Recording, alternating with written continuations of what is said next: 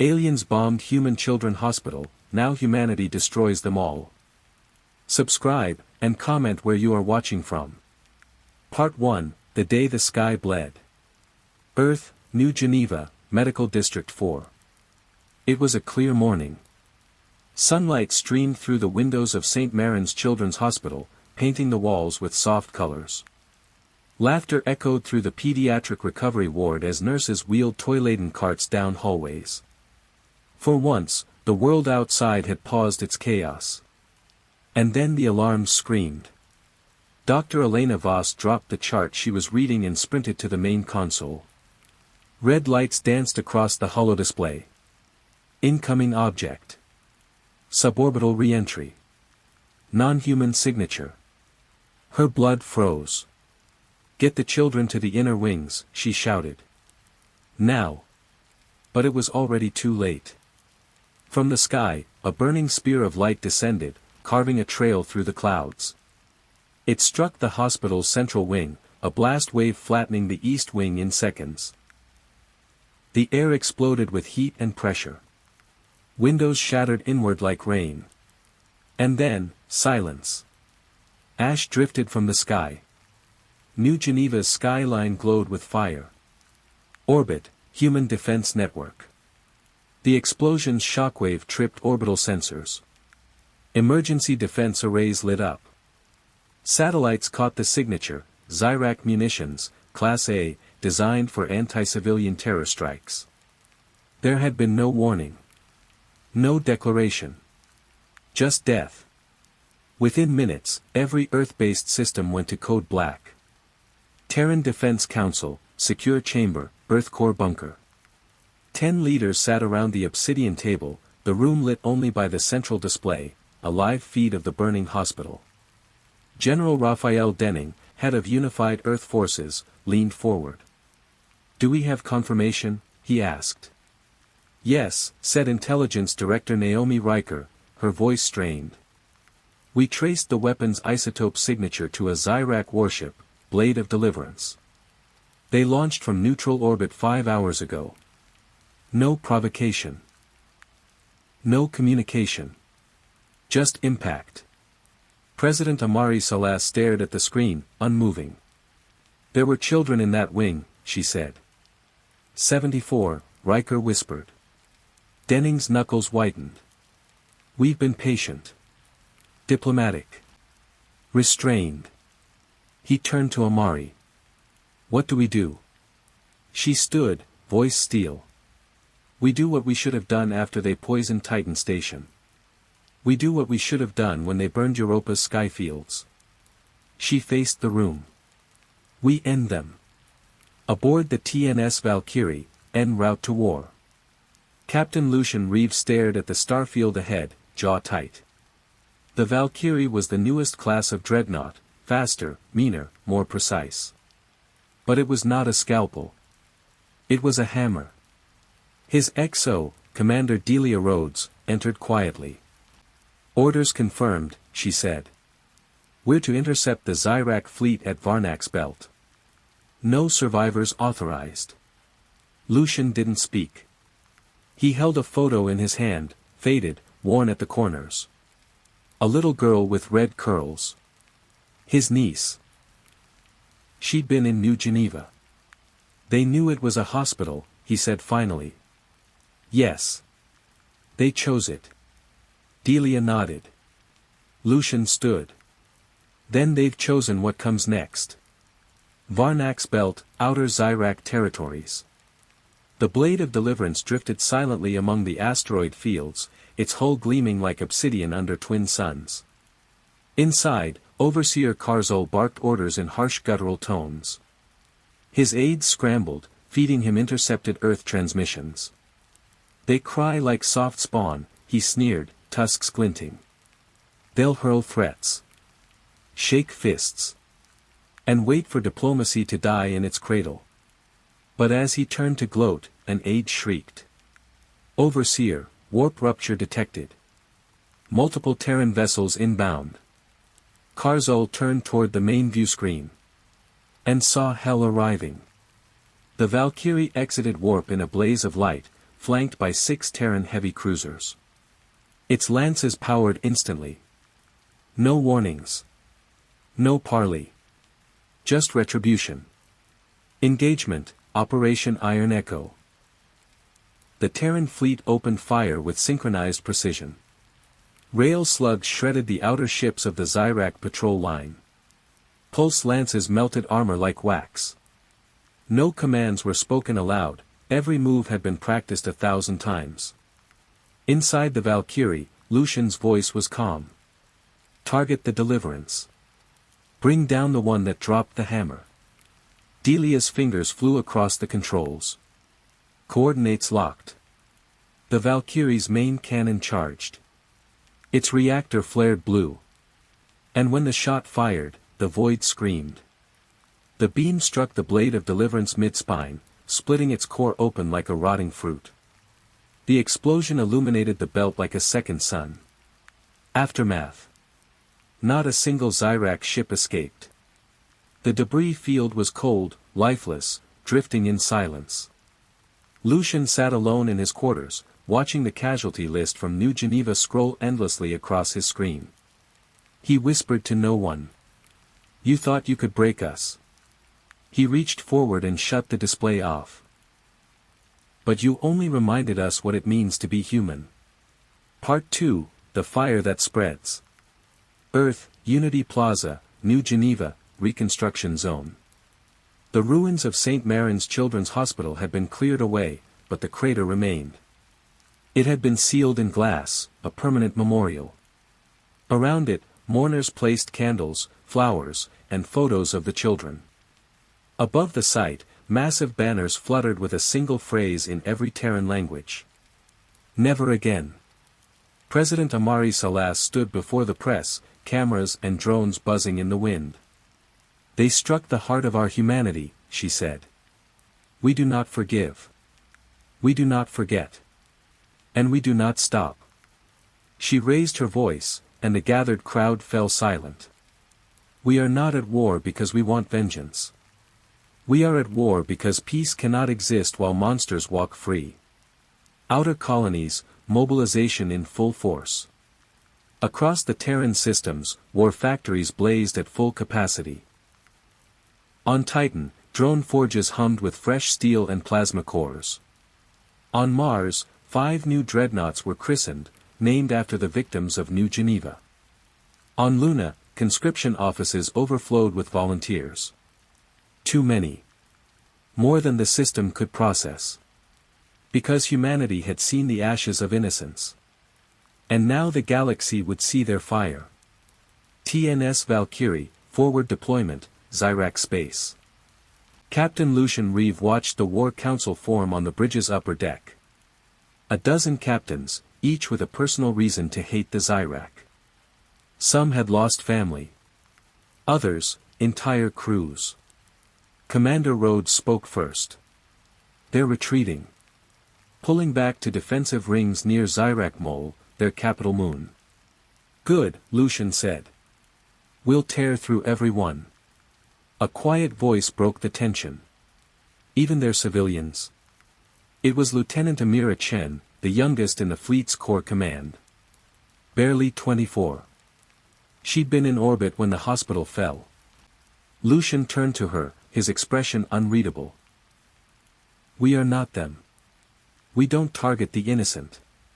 She nodded slowly. "But if they shield themselves behind civilians?"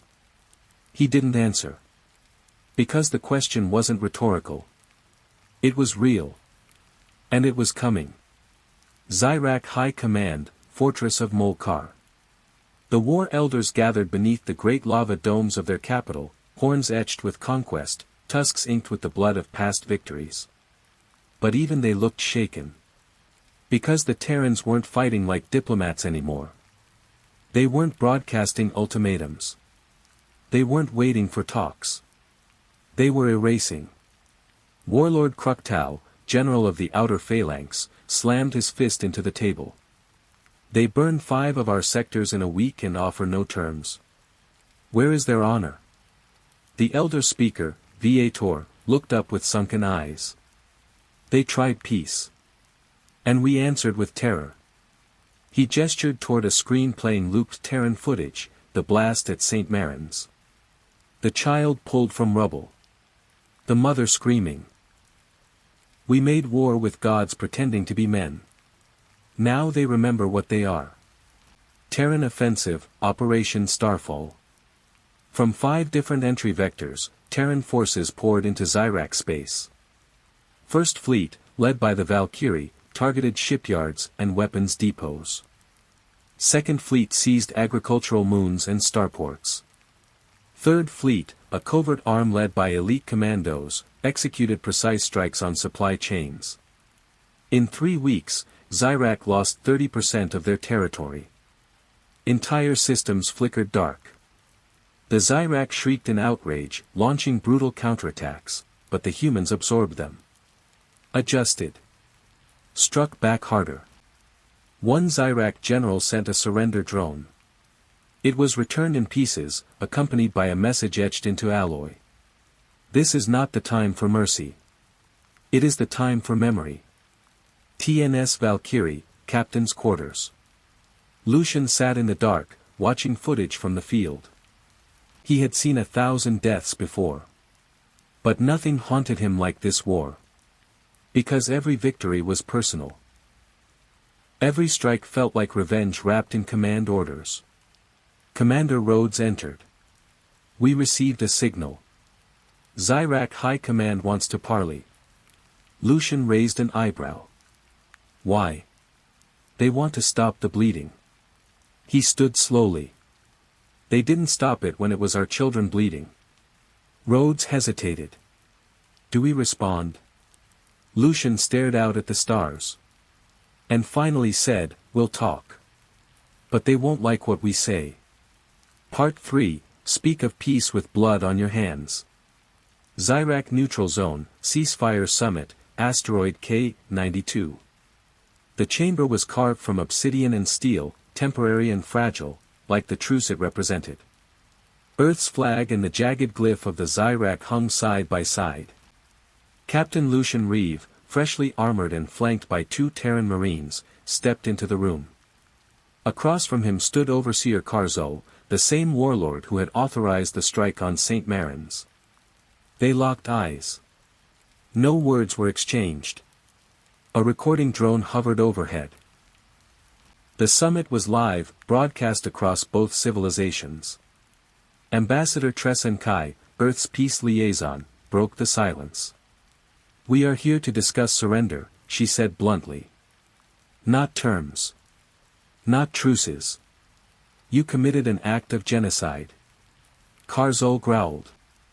We attacked a target within a city housing military systems. That's war. Lucian leaned forward. His voice was ice. You bombed a children's hospital. Karzul didn't blink. War has no favorites.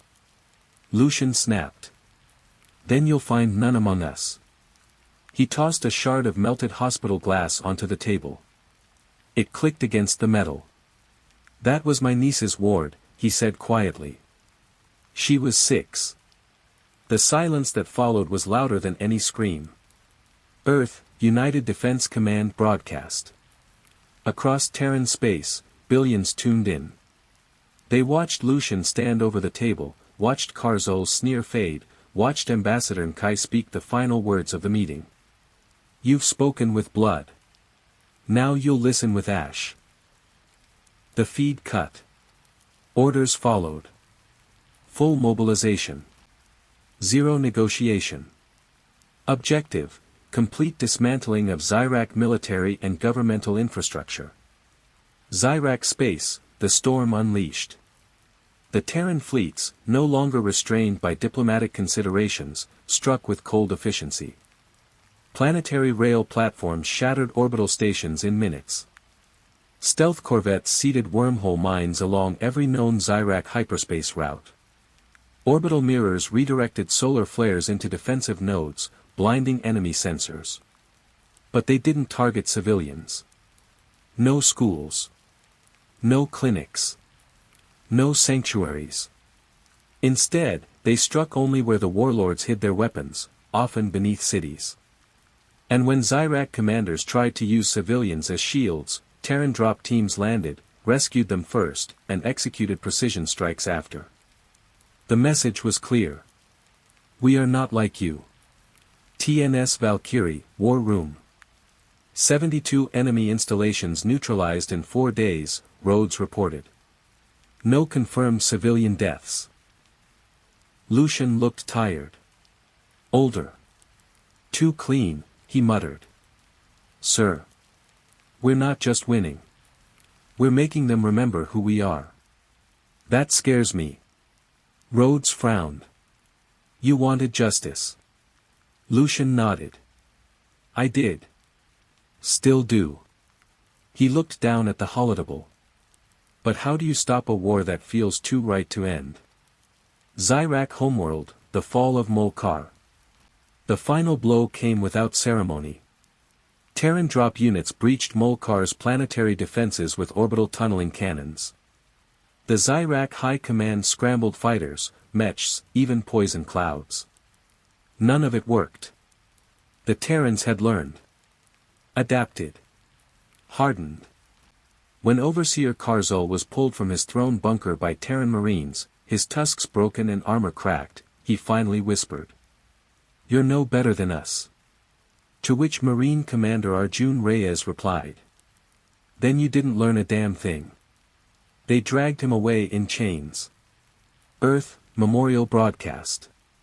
Lucian stood before the rebuilt hospital in New Geneva. Its walls were reinforced, its windows tinted with starlight proofing, its wards filled with life again. Children laughed. In his hands was the melted shard of glass. He placed it in the new foundation, buried beneath a plaque. We do not forgive. We do not forget. But we choose not to become monsters. His voice broadcast across the stars. The war is over. The blood has stopped. But we will remember. And if you ever try this again, we won't come with fire. We'll come with extinction. Part 4, Echoes of Ash and Hope. Zyrak Prime, occupied capital zone. The twin suns of Zyrak Prime rose over a silenced city. Gone were the banners of conquest, the shrines to war, the blood-colored skies. Terran banners fluttered gently over rebuilt sectors, not as conquerors, but as stewards. Civilians emerged slowly from underground vaults. For the first time in decades, they walked without fear. A new school was opening. Not built by humans, but by Zyrak volunteers, survivors of a shattered regime who had seen what unprovoked war truly costs. A Terran teacher stepped inside the main hall, datapad in hand.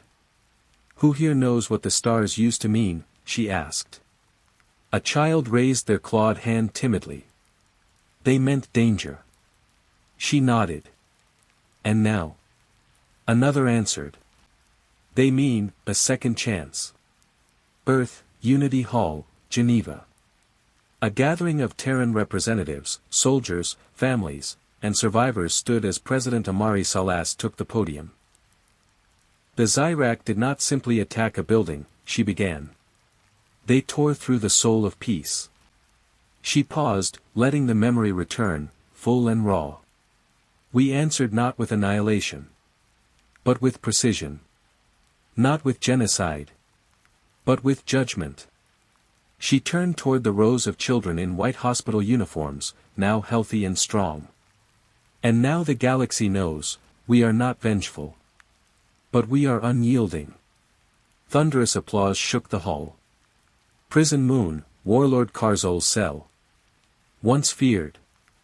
Once obeyed. Now a ghost in a steel cage, Karzul sat with eyes sunken and wrists shackled. He was visited only once a month, by a quiet figure with no rank badge and no visible weapon. Lucian Reeve. He sat opposite the alien, saying nothing for minutes. Karzul finally muttered, "Why return?" Lucian held up a tablet. It displayed the names of the 74 children killed at St. Marin's. One line for each. No photos. Just names. He slid it across the table. Because you won't forget either. Arathea 4, Children's Memorial Garden. On a quiet Terran colony once scarred by war, a new garden bloomed. Terran and Zyrak children planted trees together. The soil was shared. The work was slow. And that was the point. Lieutenant Amira Chen stood nearby, now promoted to commander. She watched the future take root, messy, chaotic, honest. A reporter asked her, "Do you think this can last?" She smiled. "If they don't forget what came before, yes." Final log, Captain Lucian Reeve. We were forged in silence, and provoked with screams. But our answer was not chaos. It was focus. Fire with aim. Judgment with mercy. Some will say we were too soft. Others, too brutal. But I was there. I saw the hospital burn. I saw the war begin. And I saw the galaxy learn that humanity will not go quietly. We will protect our young. We will remember our dead. And if pushed again, we will return the favor, with precision, with purpose, and with power no tyrant can withstand. Epilogue, Among the Stars. Years passed. The ashes settled. Humanity's name echoed not just in fear, but in reverence. A race that would never start the fire, but would always finish it. HFY. The end.